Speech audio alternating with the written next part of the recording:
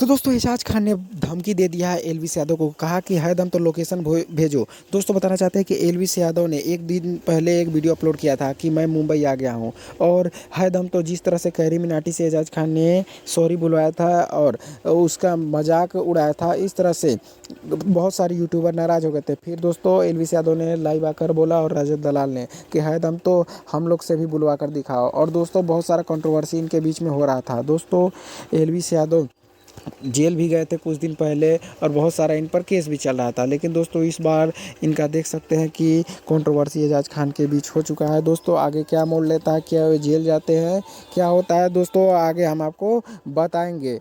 और दोस्तों रात को यहाँ पर देखिए एजाज खान ने एक वीडियो अपलोड किया था जिसमें उन्होंने धमकी दे दिया है। और दोस्तों बहुत सारे लोग कह रहे हैं कि एलविस यादव का पिटाई हो गया और उसका वीडियो वायरल हो रहा है। दोस्तों बताना चाहते हैं कि वो सारा वीडियो फेक है, कोई भी अभी पिटाई नहीं हुआ है। अगर होता है तो मैं आपको ज़रूर बताऊंगा। दोस्तों इस पे आपका क्या राय है कमेंट में ज़रूर बताइएगा। चैनल को सब्सक्राइब कर लीजिएगा, और ये बताइए कि एलविस यादव और एजाज खान में आपको कौन बेहतर लगता है। दोस्तों चैनल को सब्सक्राइब कर लीजिएगा। मिलते हैं दोस्तों नेक्स्ट वीडियो में।